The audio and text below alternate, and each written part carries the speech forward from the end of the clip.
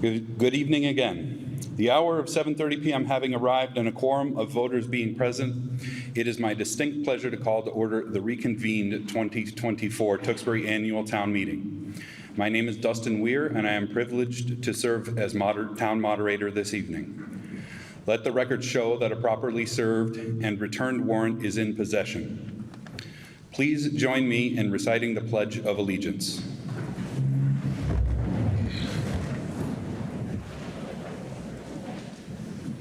I pledge allegiance to the flag of the United States of America and to the republic for which it stands, one nation, under God, indivisible, with liberty and justice for all. Thank you, and please be seated.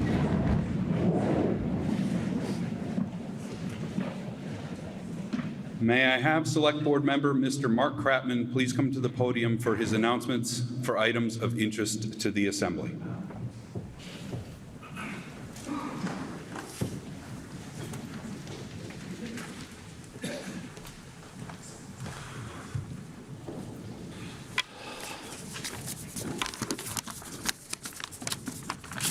Good evening, everyone. I just have a couple of quick announcements before we get to all our business. This Saturday, the annual post office food drive will take place. A lot of people should have received bags in their mail. If not, you can just put regular bags out. Since 1993, the National Association of Letter Carriers has had this. It's one of the biggest food drives for our pantry and other pantries all throughout the state. And I hope everybody takes part and gives something to that. It's really something that we need to help at this time. The Tewksbury Patriotic Committee and Veterans Agent Lisa Downey would like to announce the Memorial Day service will take place at 10 a.m. on Memorial Day, and the Memorial Day Parade will begin at 11 a.m. We'll have more information on the website shortly, but I just want to make that announcement. The Power of Flowers Bloom Fest, that's going to be Saturday, May 11th, this Saturday, at the Grow House on the grounds of Tewksbury State Hospital. They're promoting this, and it makes great Mother's Day gifts. If somebody wants to go down there and support them, that would be greatly appreciated. The Tewksbury Wilmington Chamber of Commerce will host the Taste of the Town on Wednesday, May 15th at the Hilton Garden Inn. Tickets may be purchased on the Chamber website. The Tewksbury Lions Club will hold their meat bingo and lobster raffle on the same day, Wednesday, May 15th at TJ Callahan's. That begins at 6 p.m. And then lastly, the Tewksbury VFW Post is hosting their golf tournament. So VFW Post 8161 golf tournament will be on Monday, June 10th. You can go to vfw8164.org to get more information, and if anybody would like to support them, it would be greatly appreciated. Thank you very much. Thank you, Mr. Kratman. I'm sure this won't be the last time I say this, but you have to get awkwardly close to the microphone tonight because there's a lot of people and it's very difficult to hear. Town meeting guidelines are printed in the back of your warrant for your reference. Voters are wearing yellow ribbons. Display those ribbons prominently so the counters and I can see them. Visitors wearing red ribbons and other guests who are not registered voters of Tewksbury must sit in the visitors section in the bleachers to my left, the back section of the bleachers to my left. The press table is to my left. Members of the press must remain at the table while they are in the hall. Emergency exits are located at the back right corner of the gymnasium and in the cafeteria to both the left and right after you leave the gym. During the meeting, no one may stand in the entrances to the gym. Officials and article sponsors who are addressing the voters may use the podium on the floor. Voters speaking on an issue may use the microphone in the middle aisle in front of the seating area. Please begin your remarks by stating your full name and street address for the record and speak directly into the microphone. There is a 5-minute limit for any appearance at the podium. If you ask a question, the clock will not stop during the response. I will inform you when you have 30 seconds remaining. During debate on an article, if a voter submits an amendment for consideration in writing, We will debate and act on the amendment immediately, then continue debate on the article, so only one amendment is pending at a time. I wish to note that tonight's zoning articles have gone through significant notice and comment efforts to comply with state law. Proposed amendments, which significantly change the contents of the articles, were not part of that process, and I may be required to declare them outside the scope of the article. Please remain seated in the hall unless rising to speak or vote. Stay in your seats during a vote so our counters can accurately tally standing counts. Turn your cell phones off or on silent, now please, and do not make phone calls in the hall. Chairman of the Planning Board, Mr. Stephen Johnson, will make the first motion on the articles. If we have any non-voters in the hall tonight, I welcome you and ask that you relocate to the visitor section at this time. I would also note that motions to waive the reading of the warrant articles and to allow certain non-voters to speak were adopted the first night of town meeting. Visitors not included in the first night's motion who wish to speak must have approval from the voters to do so. I am anticipating a spirited debate tonight, and I am excited to serve my role in this democratic process. Disagreements, discussion, and inquiry to the facts of the articles are all encouraged. Personal attacks, slander, and contempt for the rules of the meeting will not be tolerated and will cause me to request that the speaker cede the floor. Failure to do so or failure to maintain order in this assembly after fair warning will result in expulsion from the meeting. Address all comments and questions to or through the moderator, not to officials or other voters. Before we begin this evening, I would like to thank the media and custodial staff of Tewksbury Memorial High School for their efforts in preparing the hall and televising the meeting. I would like to thank Town Clerk Denise Graffiel, the checkers, counters, and police officers on duty for their work before and during the meeting, and all of you for continuing Tewksbury's long tradition of open government. My thanks to the town manager, town council, the finance committee, and everyone else who has helped me prepare for and manage this town meeting. It is an honor to serve in this position and be part of our local government. State Representative Mr. David Robinson is with us tonight, and he is asked to address the Assembly. We will take a voice vote, since he is a non-resident of Tewksbury, to allow him to speak. All those in favor of allowing Representative Robertson to speak tonight, please say aye. Aye. Any opposed? No. The ayes have it. Mr. Robertson?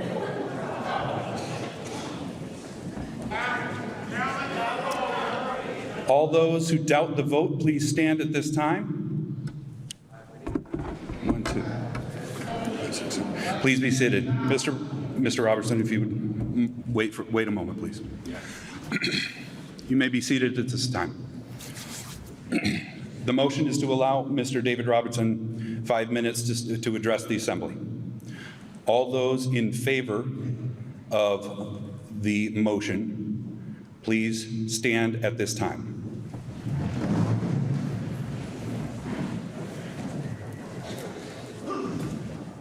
Counters, please count.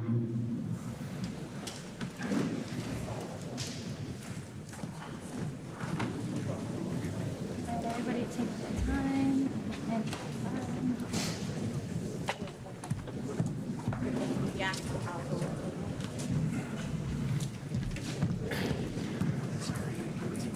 Yeah, no, I get it. Right there.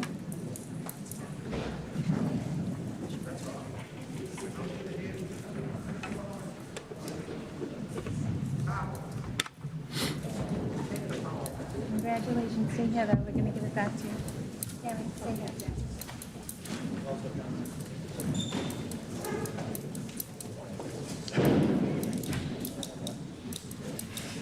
And then you can just stay until the next time.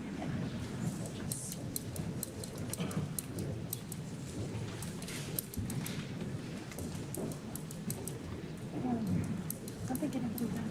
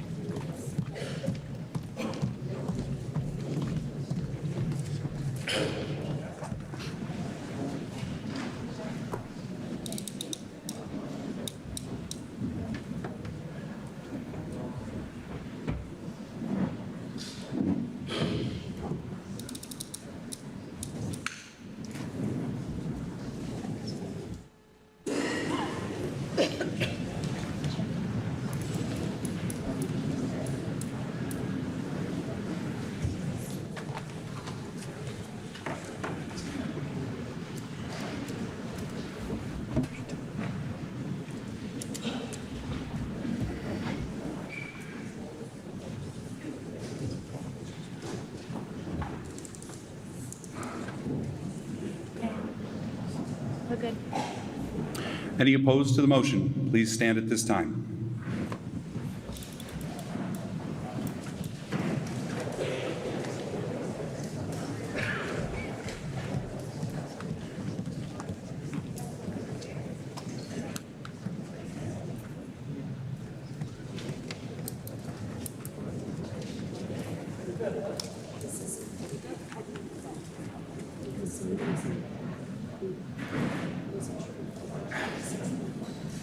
Should be 61.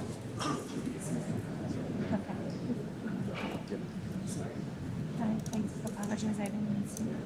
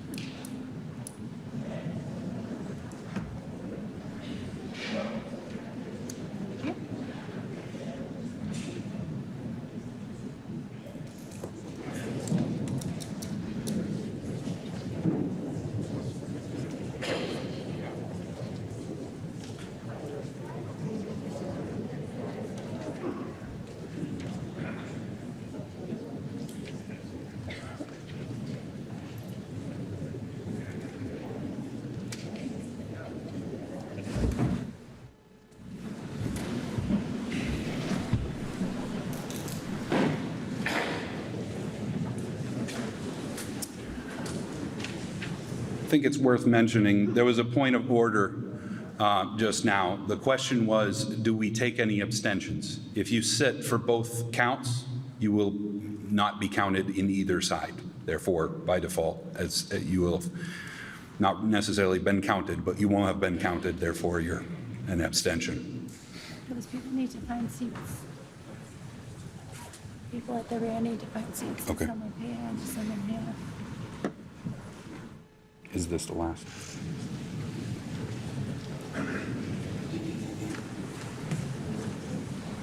Thank you. Voters waiting in the hallway, you can come find seats at this time.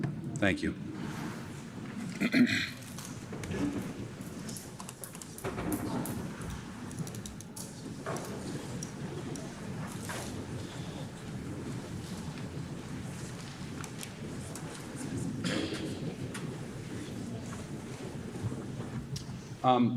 To the voters in the back standing, there are plenty of seats over on the side. I do need you to find a seat so we can do the counts accurately. There's some more scattered in the middle. Thank you very much. With a count of 363 to 185, a majority being required for the motion passes. Mr. Robson, you have the floor for 5 minutes, sir. Thank you.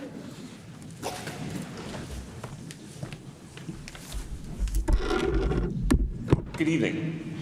I appreciate you all taking a few moments to allow me to address you this evening so I can provide context.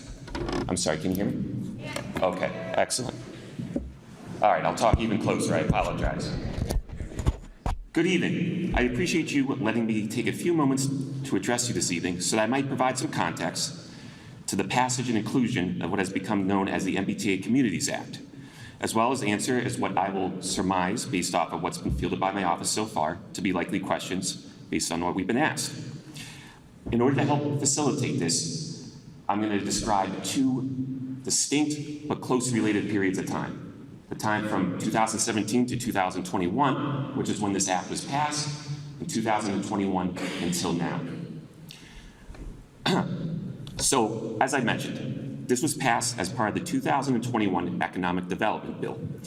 Came 4 years after 2017, back when I had just broken up with a long-term relationship I thought was going to be part of my house purchase, and I was just a humble aide for Representative Maselli. Governor Baker and the legislature at the time had noticed that Massachusetts housing costs were outpacing the rest of the nation, and our growth in the private market was not matching that. H4536 was the state's first major attempt, and that was part of another economic development bill. This one was focused primarily on housing. To the tune of $1.8 billion of your taxes, along with matching funds to promote development on on brownfield sites, to promote integration recreation to the area, other major tax credits, and the like. It was the first major attempt of the state to intervene in our regional housing shortage. During that time frame, however, the numbers hardly budged. And given the context of Tewksbury, from what we were presenting in 2021, despite spending $500 million a year on average for that time frame, most towns saw anywhere from 1.5 to 2% permitted growth, which Tewksbury is right in the middle at 1.8. Because of the housing costs continued to rise, the legislature started to look at other potential remedies of sorts. Remedies which I say to you tonight as your representative and as a former resident of this town were far more, in my opinion, overreaching and strong-arming than what the MBTA Communities Act came to be. There was about 3 major ones I'll tell you about. The first one, and not only am I opposed to it, but as the Mass Realtors and most major professional groups, was the concept of a 2% transfer tax, which would be withheld by the state and distributed to the subsequent towns based on everybody's home price sale. Now, I believe that's going to do nothing but immediately bump housing prices 2%, and any sort of government, be it the state or the town, construction process is going to be dragged out years. And to give you the kind of relative idea of how bad housing prices are year over year, the Tewksbury housing prices increased 6.5%. So obviously this remedy was costly, inefficient, and I'm not a big fan of the government interfering in the private sector directly like that. Another idea which was floated around that time was an increase in the proportion of 40B units. And I want to make this very clear today. Towns are allowed to govern their 40B percentage. 40B is not what is on debate here tonight. This is mostly market rate housing, and it is not affordable housing. 40B I also don't like because, along with many of you, I stood against their developments in certain communities because of their overarching power to waive local bylaws as well as state laws. And I felt that this was just a far worse version of containing everything to one zone. Even worse, there was discussion of even wider zoning reform by the state. This is similar to what happened in California. I know the MBTA Community Act has a lot of valid criticism from folks. That being said, I was worried at the time that if the MBTA Community Act or something less intrusive was not passed, bureaucrats in Boston would take a look at our map, and without the ability for us to stand here tonight and debate the heights, the setbacks, and the like, decisions would be made beyond anything that I or the Senate or anybody else in the town could do. We also even tried fixing things from the consumer side. Over the past few years, we've increased Chapter 90, which is our road formulas. We've increased Chapter 70, our education formula. We had the largest tax break in recent modern history last year. We've been watching it to see if it had any impact on housing construction and purchase. It didn't. So the Communities Act was proposed as a remedy, and I'll wrap it up. I appreciate it, Mr. Moderator. But I felt it had a few strengths. One, we're down here to debate what that looks tonight. The community retains control of the zoning and future proposals going forward in a way that no other remedy discussed by the legislature at the time would allow. Things like, for example, in Wilmington, they're capping their residential developments at 2 stories with the exception of 3 stories if it happens to be over a commercial business. I also felt the idea of a zone of containment was positive. I'm standing here as a hypocrite tonight. I have stood with many of you, including folks that live near Nickel Street in Wilmington, or South Street down in Tewksbury, or Dascom Road, and I have stood and said, no, dense development is not the right idea for the character of this neighborhood.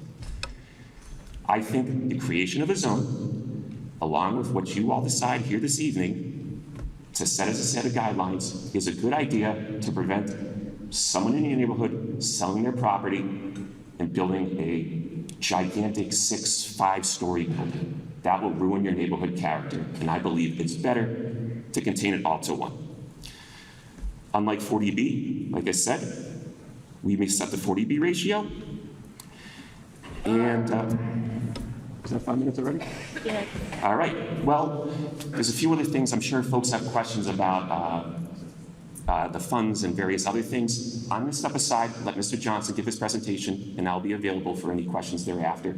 I'm just going to step out and use the restroom for one moment, but I'm not going to disappear. So I'll be talking to all of you in a few minutes, I'm certain. Thank you. Mr. Robertson, thank you for coming, and I appreciate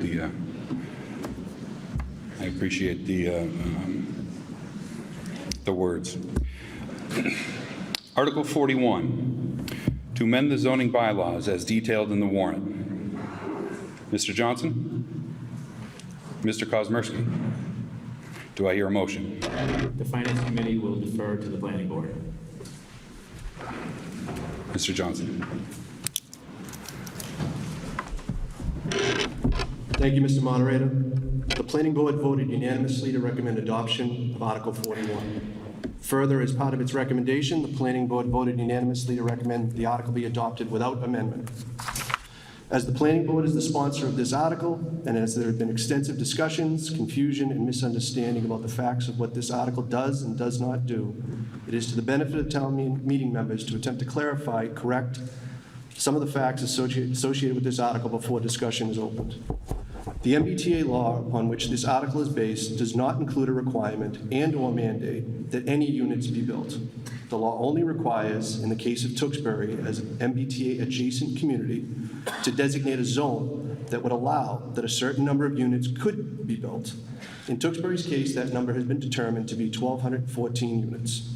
The law imposes no penalties on Tewksbury if no units are ever built.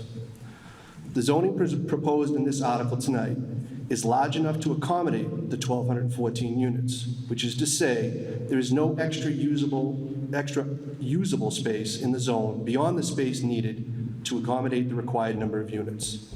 To put it another way, the only way that 1,214 units could ever be built is if every single parcel comprising this zone were to be leveled and all of the over 50 businesses in existence there today ceased to exist.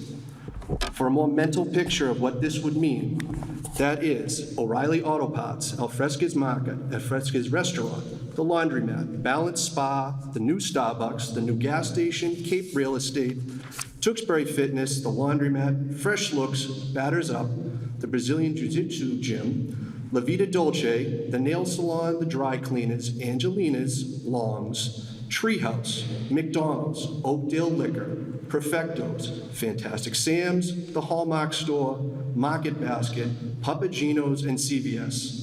And on the other side of the street, the Shell gas station, Dunkin' Donuts, Burger King, Anthony's, the Printers, Taste of Himalayas, Super Clips, the Nail Salon, Richdale's, Domino's, Funland, the Tobacconist, the Gift Shop, Bridal Shop, Nail Salon, Max Dairy Farm, Aubuchon Hardware, Three Amigos, Aurora Salon, Pushcart, Dollar Tree, Advanced Auto Parts, Trish's Dance, John Ryan's Pub, and the Lowell 5/Fred C. Church Insurance.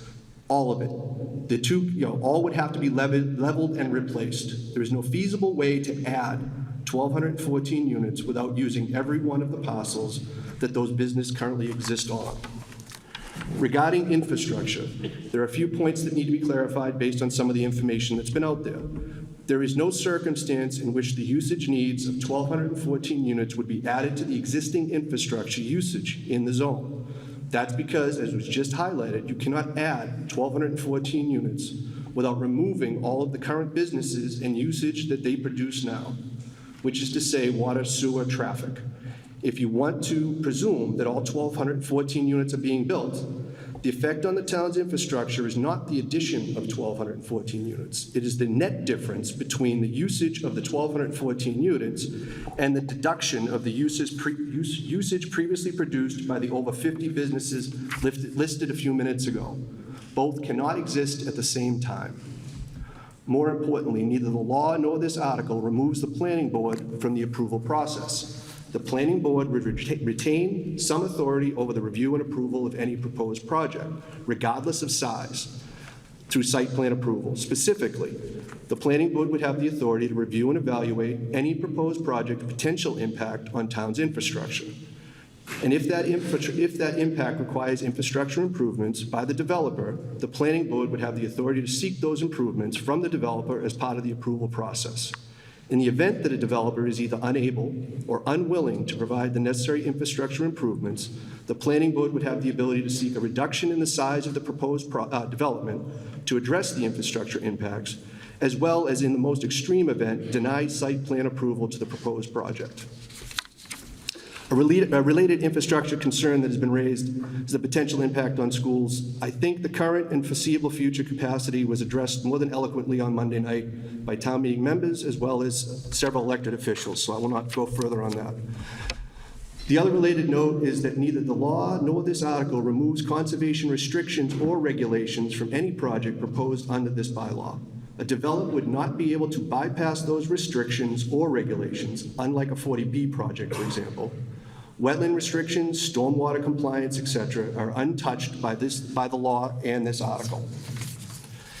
It should also be noted that by addressing this issue ourselves, we've been able to determine where to designate this zone, and perhaps more importantly, where not to designate this zone. In addition, by addressing this ourselves, we've been able to implement provisions into the bylaw that are allowed but not mandated by the law, such as dimensional limitations and the inclusion of affordable housing component. The law did not require an affordable housing component, but did allow towns to include one in its bylaw if the underlying zoning already included one, as this zone does. What this means for the town is that any development that is proposed must include 10% affordable units.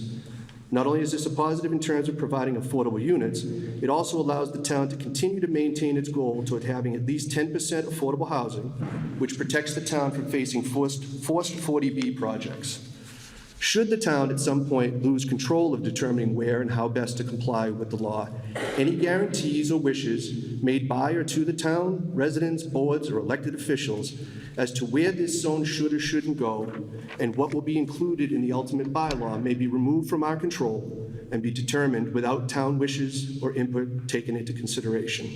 I do not say this to scare or influence anyone. I am simply trying to provide all the information regarding potential outcomes so the town meeting members have the information when they are weighing their decision. I cannot guarantee that this will happen any more than anyone else can guarantee you that it will not. The only guarantee that anyone can make is that right now, tonight, we do have control over the process. There have also been many quasi-zoning / quasi-legal opinions that have cropped up in various mediums. I would caution town meeting members from placing too much faith in these kitchen table zoning opinions or legal opinions that may be based on something somebody maybe thinks they remember from a class they took many years ago. I'm a practicing attorney. I have zoning and land use development experience, and I've sat on the planning board since 2010. I would not consider myself an expert. If I'm looking for an expert opinion, I'm going to ask Ms. Lauder or I'm going to ask Mr. Sadwick. If I'm looking for an expert opinion on municipal law, I'm going to ask town council, Mr. Feely. I am not going to be out there on a website or anything else holding myself as an expert on any of those things, okay? I would encourage town meeting members to do the same tonight. If you have questions, ask one of the people I just mentioned. If you have an opinion that you've researched and developed yourself, challenge those individuals to fact check you as to whether or not your opinions are correct.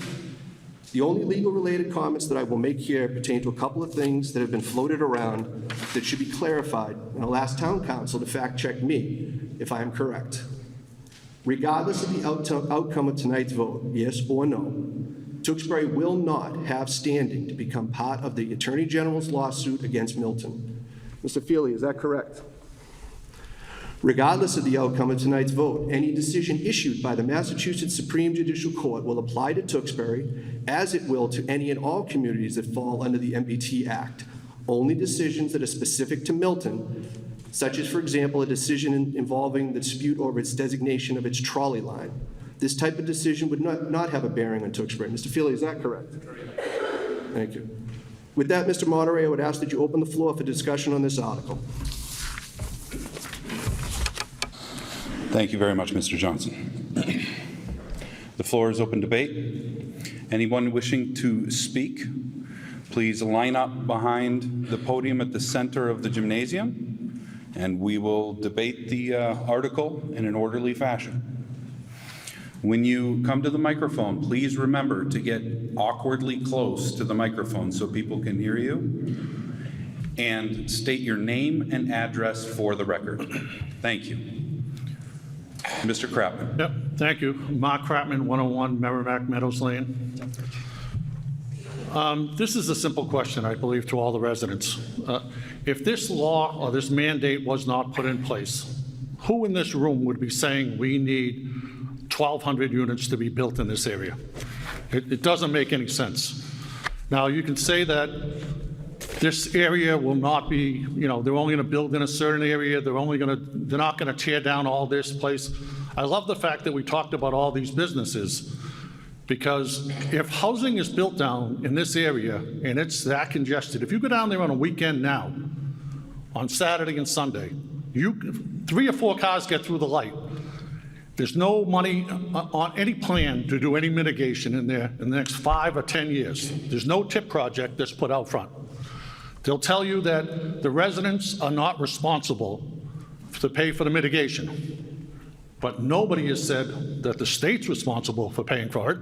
Nobody has said that the developer is responsible for it. So where it's led to, they will figure it out. It tends to always come back to the taxpayers. So that's a scary proposition of who's going to end up paying for this mitigation. They'll tell you that you just need to zone it. Well, if you zone it, they will come. Developers will come here. It's just, you will see what will happen, as has happened in many other communities. All those businesses that are there, they're there for a reason, because we are a small town. There's no giant corporations down there. There's small local businesses. I love the small local businesses, and I like the small town feeling of this town. I don't want to turn into a city. So when they're talking about that, they'd have to tear down all those places. Well, if you build a third of it, the traffic is going to be horrendous. It's already horrendous. So what will people do if you have that much traffic down there? They'll avoid it like the plague. People will be like, I'm not going down that side of town. You can't get in and out of there. People are already cutting through Whipple, East Street, every other side street that we all take and we all know. If you want to get to Main Street, people cut through to get to the section that they need to get to. And the reason they do that is because you don't want to drive the length of 38. And there's no plans to do any modifications, and there's 177 communities that are going to be impacted by this. We will, out of 177, will be 177 that'll see $1, because it'll go to the bigger cities and towns. We won't see any money to do these modifications. It says that it compels the taxpayer, it doesn't compel the taxpayers to pay for this. But like I said, there's nothing really out there that says that who is going to pay for it. One of the other things that I'm really upset about is that some of these things were talked about, if you don't vote it in this location, that it could come back to your location. We shouldn't be building housing with threats from the state that they're going to withhold our tax dollars that we send to the state. That's absolutely ridiculous. When they filed this bill, they should have put a better plan together. Who puts a bill together saying you have to build this without putting any funding together to do any mitigation? So we're going to be responsible for the schools, the fire, the police, and everything else that's going to be required. So where are they all going to go? 38, even if we get some magical money to fix 38, how are they getting to 93? They're going up Shawsheen. They're going up Dascom. They're going all these other ways. Those are all town roads. We're going to have to come up with the money to deal with it. And everyone will be cutting through all the side streets. Telling somebody that it's going to be built, if you don't vote this in, there's going to be a special magistrate that's going to put in, and they threaten the people from Bayberry that it could come back to your area. We voted on that. It came to us. It should have never even been brought in front of us in the first place to threaten our seniors that we could take their homes. That's disgraceful. It came to us, we voted 5-0 against it. It's not coming back there. You shouldn't have to vote on something that's going to raise your taxes to save your own homes and put it someplace else. You'd be voting on something that you don't want, give additional traffic to our community that we don't want, and your taxes will go up because nobody else has said where the money's coming from. If somebody can come forward, I don't care if rep, senator, somebody come in a magical wand and tell me where we're getting the money to pay for this. Somebody come and say, okay, here's the money that's gonna come. Because you're gonna have 177 communities to do this. Wilmington is in the same boat as we are. So Wilmington has to build it within a half mile of their train station. That means within a mile, they're gonna have the same thing as well. So that's more traffic on 38. Mr. Kratman, All that's right. 5 minutes. You get my point. I think you know what you should do. Please vote against this.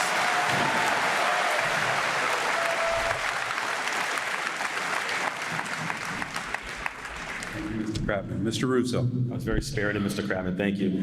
My name, for the record, Rich Russo, 20 Plunkett Way.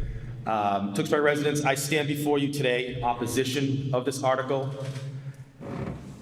and a plea for residents for careful consideration tonight as we approach a pivotal decision that will impact the fabric of the community that we love.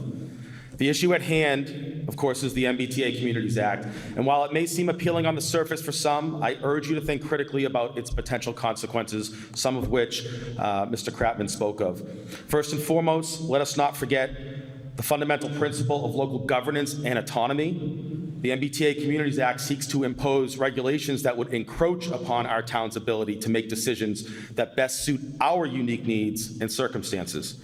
Furthermore, we must acknowledge the financial implications of this proposed legislation. While proponents may tout the potential benefits of increased public transportation access, housing that our children can someday purchase and move into, we cannot ignore the substantial costs associated with infrastructure. As taxpayers, it's our responsibility to scrutinize the fiscal impact of such measures and consider whether the advantages outweigh the burdens borne by us as residents. In addition, we must not overlook the potential disruptions to our community's character and quality of life. Yes, I understand that this article is simply for zoning, which doesn't make it a mandate to build. However, as Mr. Kratman's pointed out, for folks that are paying attention, increased density will encourage development. To me, the hit to our infrastructure in an already congested part of town far outweighs any perceived advantages that the state says this carries. And at the very least, this will detract from the charm and character that so many people seek out when looking to move away from the city and find a suburb to call home. We must carefully weigh the perceived benefits against those impacts. Lastly, while some may feel that the intentions behind the MBTA Act may be noble, and that we must comply or the town will be sued and the state will take away grant eligibility, I say we must stand up and tell the state that you are overreaching and that Tewksbury chooses to exercise caution and prudence in our decision-making process.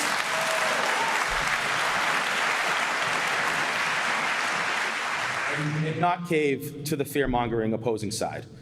If the courts rule in the favor of the state, I can assure you that we will have an opportunity in time to comply, if that's the decision that gets handed down the road. But in the meantime, let us uphold the principles of local sovereignty, fiscal responsibility, and community preservation that have served Tewksbury well throughout the years. I urge you to vote no to this act this evening.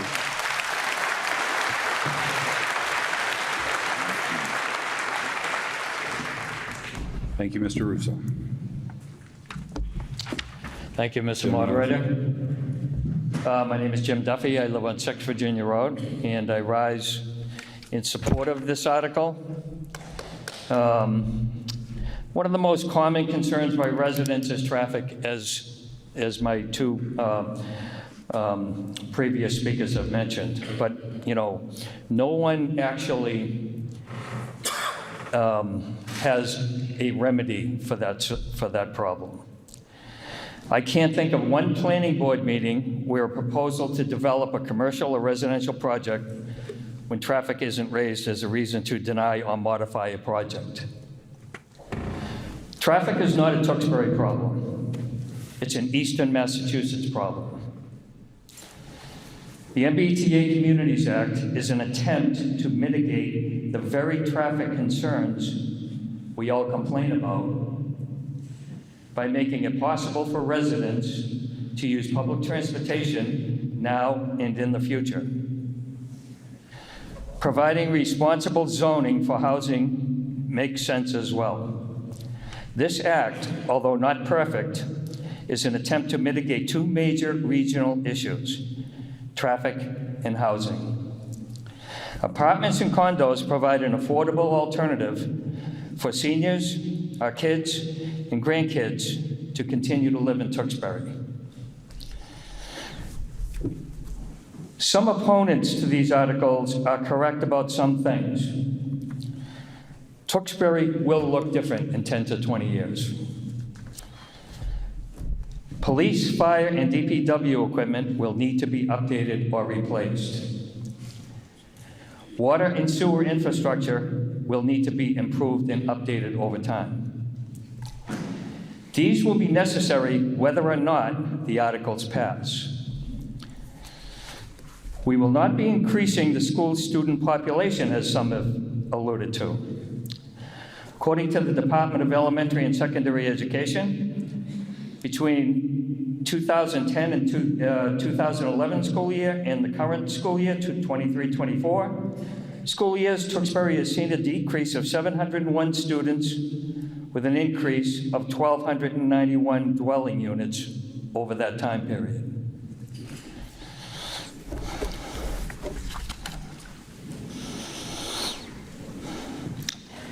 The lack of affordable housing units, not just here in Tewksbury, but in eastern Massachusetts and many other areas, is a major contributing factor to out-migration, sometimes called the brain drain.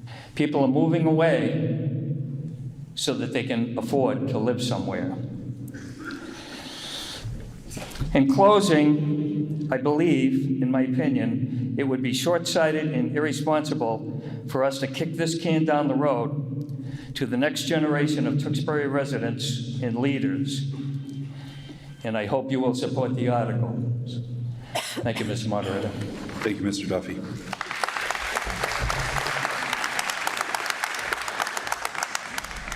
Gentleman on the floor. Eric Ryder, 578 North Street. I'm not going to repeat a lot of the issues. Infrastructure. We all know Tewksbury faces an infrastructure crisis. We are voting every year to increase spending on water mains, sewer mains, pump stations. This will increase significantly if these structures are built. 1,200, 600, 800. Our sewer system, pump stations cannot handle that flow. And again, Massachusetts does not have impact fees. We cannot make the developers to pay for this. And again, I've asked the state reps, where is the money? They're not giving us any money. I want to talk about this law started with losing 4 grants. Governor Healy increased that to 13 grants. In 7 years, the town of Tewksbury has received $423,000, roughly $60,000 a year. Is that worth the impact of 1,200 units? No. I continue to hear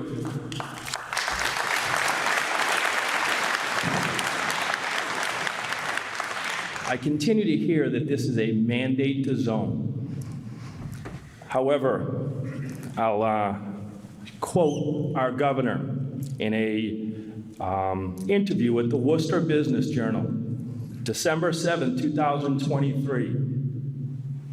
She states, discussing the MBTA zoning, the thing that I've stressed is that it's one thing to rezone. That's important. What's important, though, is things actually get built. And that was our governor. So is that telling us they want this built? Yes. I urge the residents of this town to vote no. Thank you.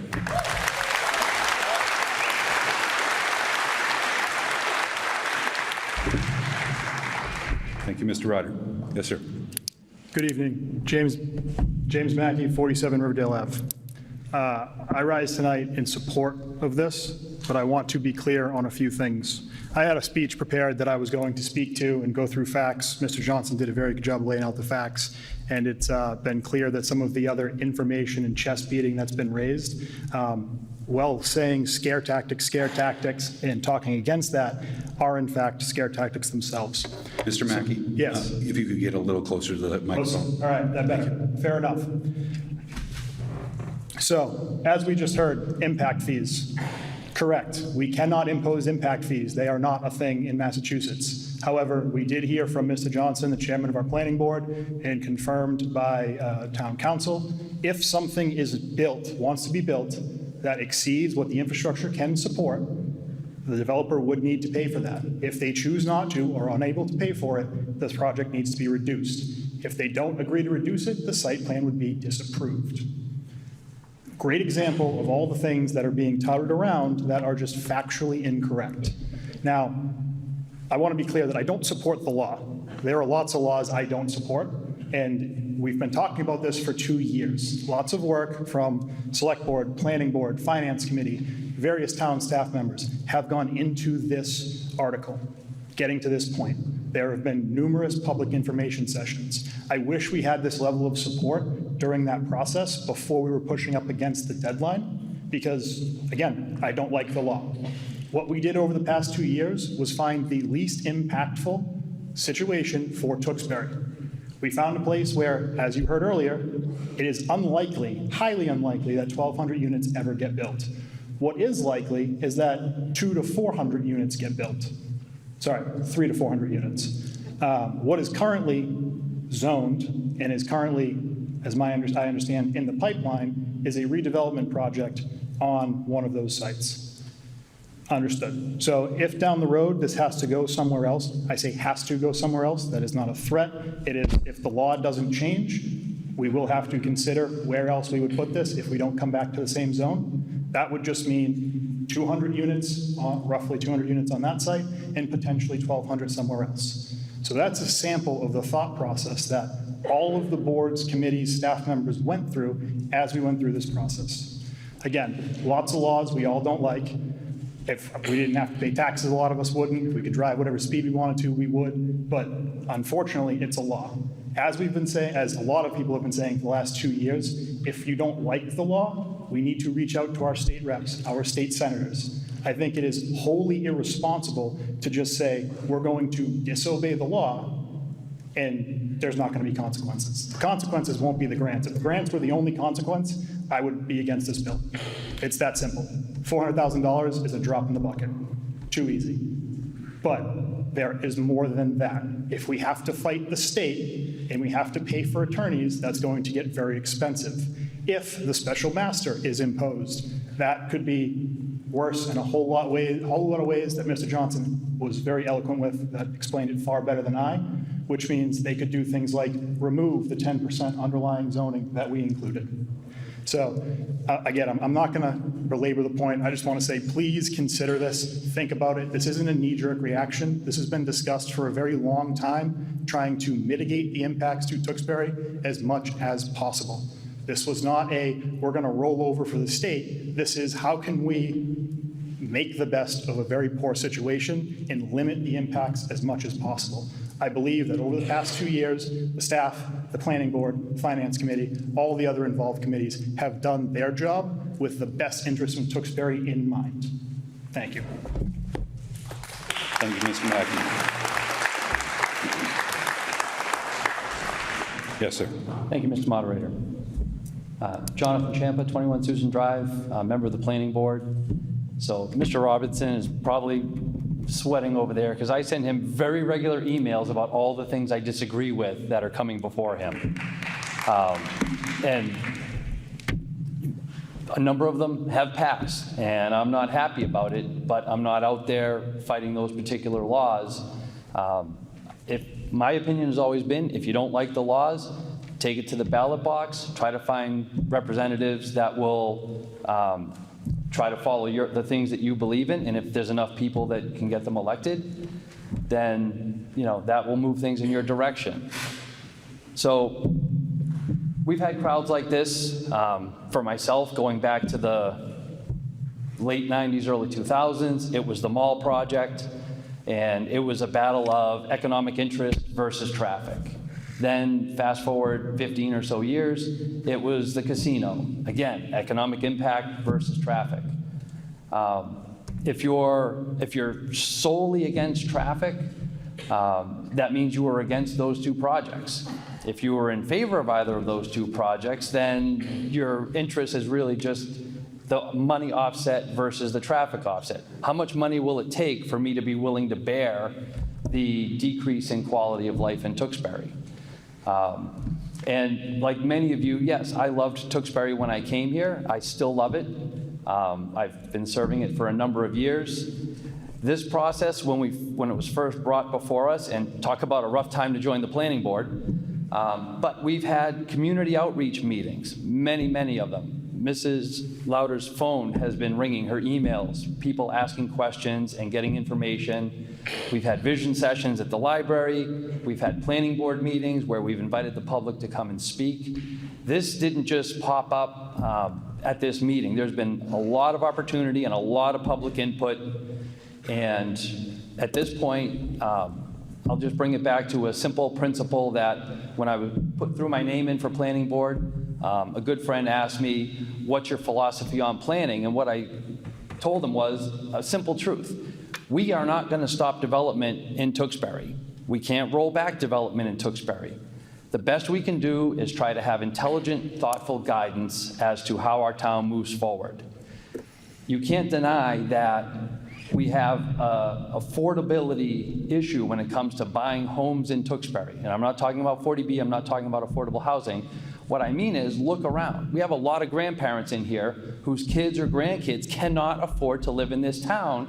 A lot of them are our teachers, firefighters, police officers, and even with 2 salaries, they can't afford to get a house in this town without help. And luckily, we have a lot of prosperity in Tewksbury, and as parents and grandparents, maybe we've been able to help with things like that. But I'm sure there's a number of people in here whose children have had to move out of town due to affordability issues. I'm going to bring back just a couple of numbers. We're talking about if the 50 businesses that Mr. Johnson mentioned, if all 50 businesses were raised and this law was not in effect, we'd have 472 units being built. And per Mr. Ryder's math, that would still overload our sewer and water infrastructure and other infrastructure needs. So this law maybe speeds up that problem, but it does not create that problem. The current area that is basically most, if you want to coin a phrase, most developable or most likely to be developed, is currently able to put up 140 housing units on it. With this law overlay in place, that number would go to 376. I imagine, and I don't know all of the details, nothing's come before us on the board, but you would see something similar to Balsam Place, maybe the Villa Roma Plaza, and I don't hear people ever complaining about how terrible those areas are or how much traffic they're causing or anything like that. So basically, I just wanted to bring up some simple information. And basically, I hope that, if you think about the big picture in terms of, this might not be something we can stop. If you vote no here tonight, you're not stopping it. You're just extending the battle and extending those costs. And like Mr. Mackey said, if it was simply grants versus the cost to our infrastructure, I would be 100% against it. But that's not just what it is. We're going to be shelling out a lot of money to fight ourselves against an outcome that may be inevitable. So those are the thoughts that I wanted to leave you with, and thank you all for being here tonight. It's fun to see such a huge crowd. Thank you.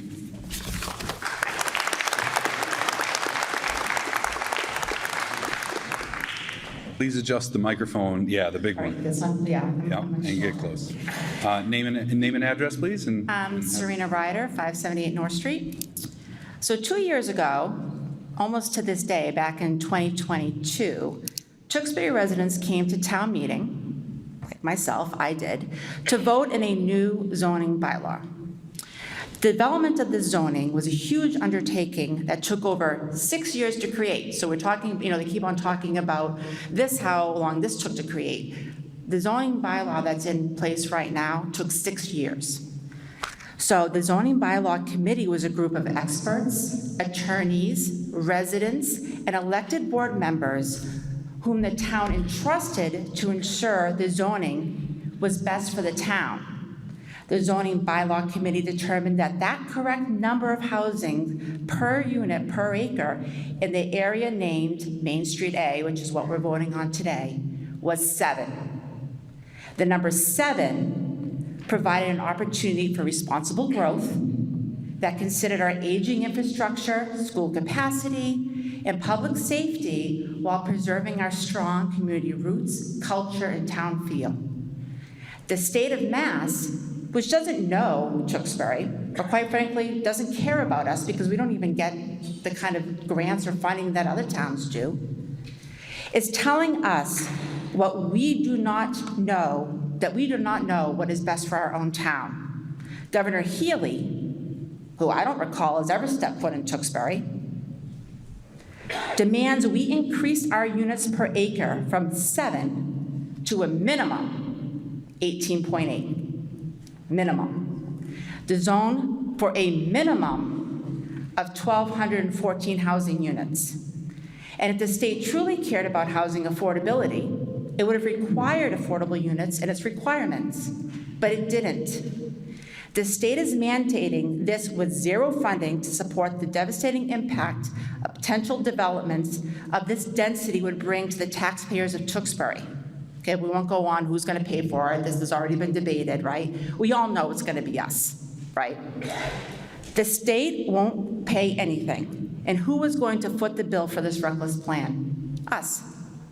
We keep hearing that because the area is primarily for commercial businesses, it is highly unlikely that they will add housing. I would agree. Housing now, under the current zoning of 7 units an acre with the required commercial component, would not bring additional housing, right? The commercial businesses will still be staying. However, with the MBTA zoning allowing a minimum of 18.8 an acre, no commercial component, and very limited planning board approval and no special permits required, these properties become very valuable to a developer. Sure, there are businesses on this list that aren't going anywhere, right? We can look at that list, right? Mr. Johnson, he named all these businesses that would have to go, but they don't own that land, right? They rent from somebody that owns that land, right? So they're not going anywhere. A lot of them are, I hope. But drive that zone, because I have, and really look at the properties, especially the side of the Heathbrook Plaza where Pushcart is, which we all know is going to be redeveloped, right? There are a lot of opportunities for 4-story apartment complexes. If I owned a building paying some of the highest commercial taxes in the area, and I'm not making a ton of money on rent, which I can't imagine a lot of those do, or at an abandoned, overgrown lot that was denied by the planning board to construct a benign parking lot, and now because of the zoning, my land value tripled, I'd sell it in a heartbeat. And who could blame them? If this zoning passes, the homeowner behind the Shell gas station on that little lot of land, right? He could sell that land and build 15 houses on it, right? A 15-unit housing apartment complex on 0.84 acres of land. You cannot build a single home in several areas of this town unless you own 1 acre. Think about that. What about that person who lives next door, who went from living next to a single-family home to now 15 apartments? And that person can't build. That person can't build next door to that because of the zoning. Currently, we have a 4-story apartment complex going on McClellan Oil land. An apartment building practically being built on top of a gas station in the town center. A cluster of townhomes wedged on 38 and towering townhomes on the end of North Street, where I live. Ms. Ryder, that's Yep. 5 minutes. Wrap it up, please. What? That's been 5 minutes. Okay, well, please vote no, is what I'm saying. Thank you.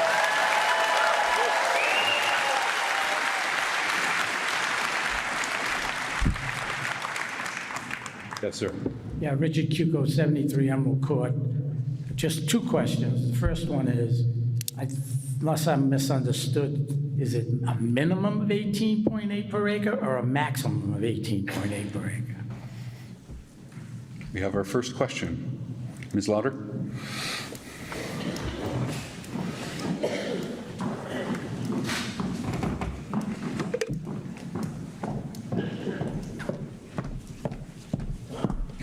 Thank you, Mr. Moderator. It's a maximum of 18.8 per acre. The state employed a 15-unit minimum. All right, just wanted to give clarity.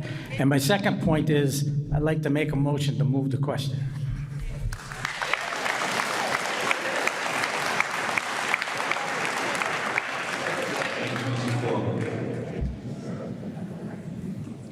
We have people still in line. We're going to at least finish up with the people in line before we move to a vote.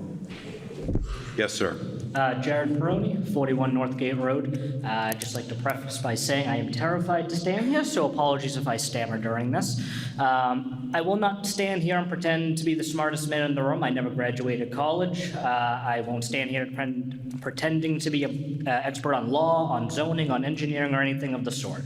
I stand here as a lifetime resident of Tewksbury, 25 years. I was born here, raised here, went to school here. I have seen this town change a lot during that time. I've seen multi-story condo buildings go up. As people mentioned here before, the traffic has gotten horrendous. I won't even go into that. I work in construction now. Many of the buildings that I now build are new residential buildings under this law. I believe it was mentioned sometime earlier that we can implement statutes of our own, such as capping it to 2 stories with a residential unit, a commercial unit underneath. That is what everybody is doing, which is why when people are up here saying that all these businesses will not go anywhere and there's no possible way for them to build 1,200 units, maybe, but a good chunk of them could very well sell out and have their commercial building underneath these new units. I am currently slated to do a unit just like that in Billerica, multiple stories with commercial underneath. On Monday, I was at the meeting, and I believe the situation of school capacity was brought up. Someone may feel free to correct me, but I believe it was the Heathbrook has a couple of classrooms closed, and even with those classrooms closed, they're struggling to take care of the students in those classrooms. Under this law, every unit that is built has to be a family unit, which means that it has to be a unit accommodating for families. These are not going to be 1-bedroom units. They're going to be 2, 3 bedrooms. The average family has 2 children. 75 units, 2 children each, that's 150. That's approximately the amount of students displaced at the Heathbrook, if my math is correct, about 30 students per classroom, 5 classrooms. And we're talking 1,200 here. Where are these kids going to go? Where are the roads going to accommodate these people? We can talk all we want about this is going to increase access to public infrastructure for people. People are going to be able to get to the train stations. But my next point is, how are they getting there without a car? We don't have a lot of sidewalks in Tewksbury. I can walk to the end of my street and I hit North Street. I hit Livingston Street. There's no sidewalks. I have to drive to the train station even if I want to take the train, which I'm not a particular fan of. If you've ever taken the train into Boston, it takes a long time. I'd almost rather sit in rush hour traffic. So I just don't see the good that this bill does, not to mention the fact that I really don't like being strong-armed by the state.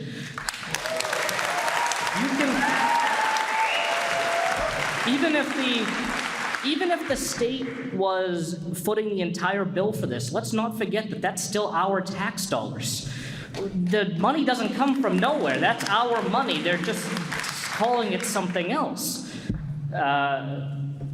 So basically in conclusion, because my mind has gone blank at this point, I urge everybody to vote no against this bill.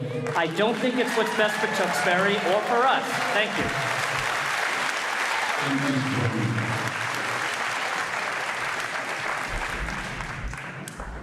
Mr. Ferdinand. Good evening, Mr. Moderator. George Ferdinand, 56 Pratt Street. I stand in opposition to this article on many reasons, but the first one is on the premise of it. The premise, to me, is not that the state of Massachusetts has a housing crisis. It actually has what I call a housing affordability crisis. I just going to mention, you'll probably cut me off, but a minute or two. I grew up in Wilmington, and the owner of the apartment said to my dad, my daughter's in 10th grade, and when she gets out of college, we're going to give you 60 days or 90 days to move out. In the meanwhile, my parents got divorced. And after that happened, I didn't know where I was going to go. I lived with my dad for about a year, and then I went and helped my mother out. And I hate to say this, but I'm going to say it. My mother had a mental problem. Yes, my mother had a mental problem, and I lived with her paying half the rent for the next 6 months and heat and everything else for the next 6 years. The point is this, okay? The point is there's 43,000 units in Boston that can be updated for public housing. After all is said and done on this article, in 10 years after however many are built, the only beneficiaries from it, because except in the poverty, and I say that with respect, poverty areas that are by finance, I'm talking about, not people, is going to go up about 5 or 10%. Everything else is going to continue to go up the way it is going up. So who's going to benefit this? The builders, the owners, the bond issue. They threw the bond issue in last year. Why is it? To sweeten the deal, of course. It's not, nobody wanted this thing until even that showed up. Why? Because the investors. So after all is said and done, the free market, I love it, okay? I love the free market, but the only people that are going to benefit are those folks. I hope the best for all the young people and the seniors that they can try to downsize and eventually afford, but it's a no vote for me.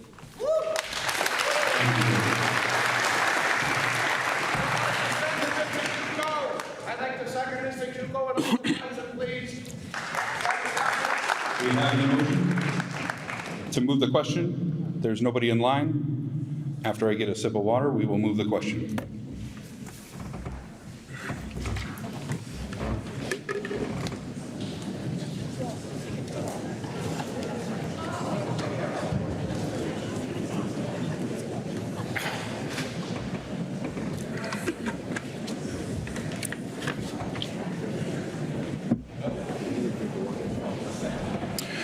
Okay, thank you.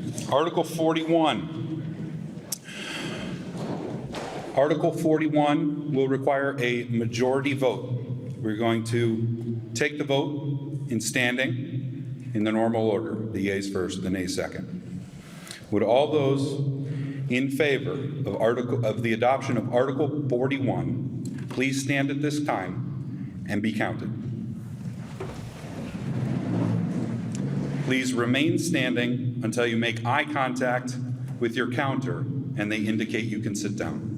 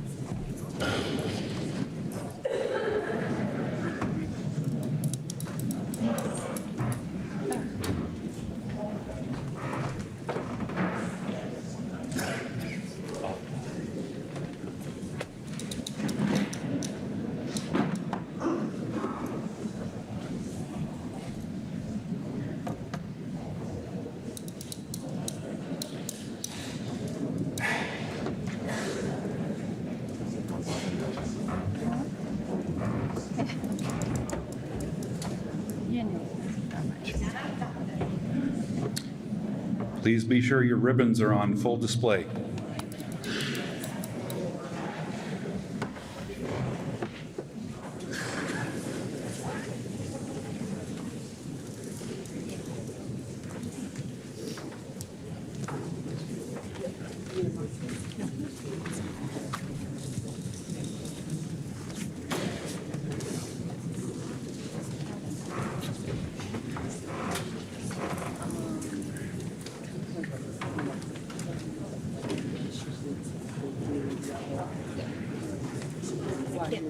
You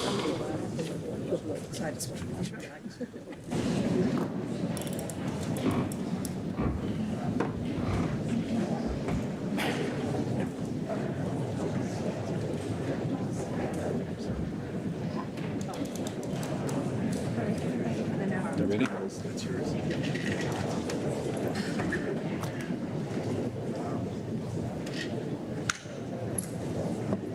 With the two in the back, please remain in the gym until the voting is completed. We can't have people coming or going while the voting is underway. Thank you. Unless we have an emergency. Unless you have an emergency, you can discuss it with the police officer. All those opposed to Article 41, please stand to be counted at this time.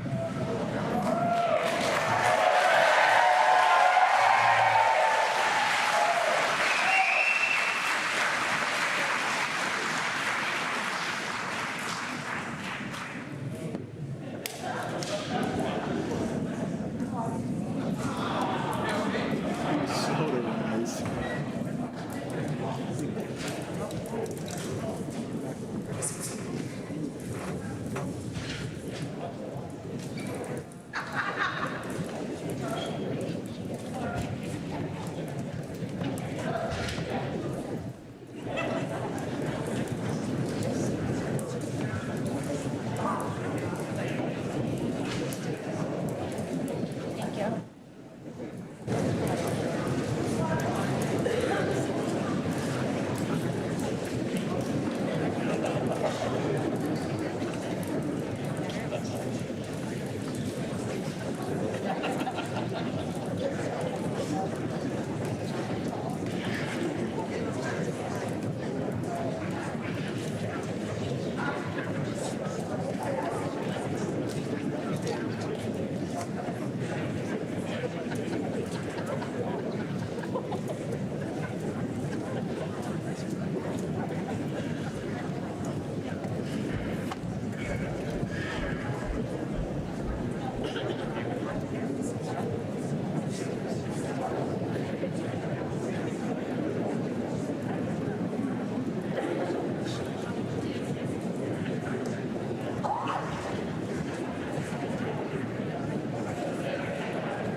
Please be patient while the remainder of the votes are counted.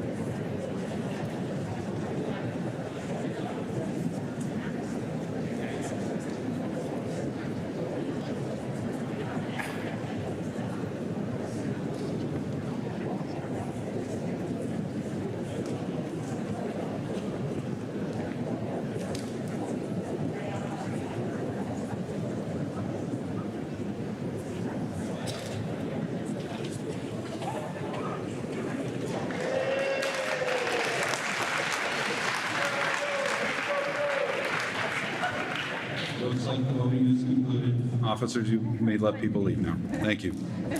She's coming.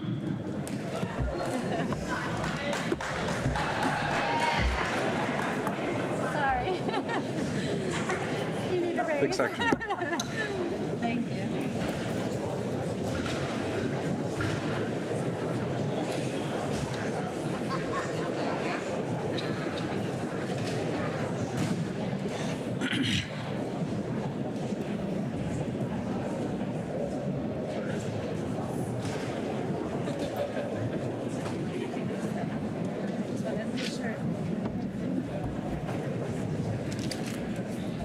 I would ask if you're standing and moving at this time, that you do it as quietly as possible. We do have a second article we need to get through and the pro forma motions.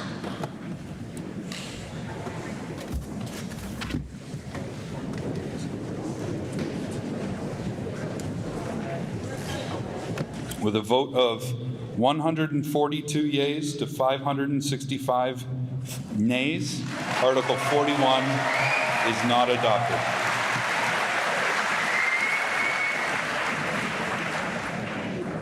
Again, please, if you're going to move, be as quiet as possible. Mr. Kosmersky? Well, he deferred you to the first time. Well, just to get going. Thank you, Mr. Moderator. I'd like to make a motion to withdraw Article 42.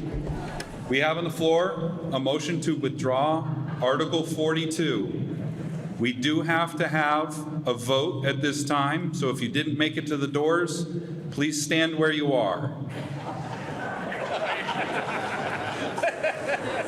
Will the officers at the back please hold people up at the doors?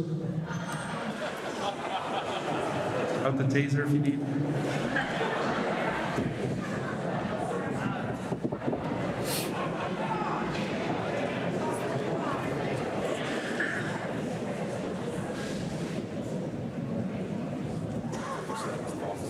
Thank you. I know it's pro forma, but we have to get it done. Quiet down, please. Article 42, the motion to withdraw Article 42. All those in favor of withdrawal of Article 42, please say aye. Any opposed? Article 42 is withdrawn, not unanimously.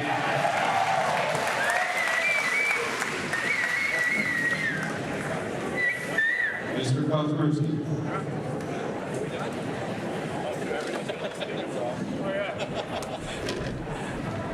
Mr. Moderator, I motion to adjourn the May 6th, 2024 annual town meeting sine die.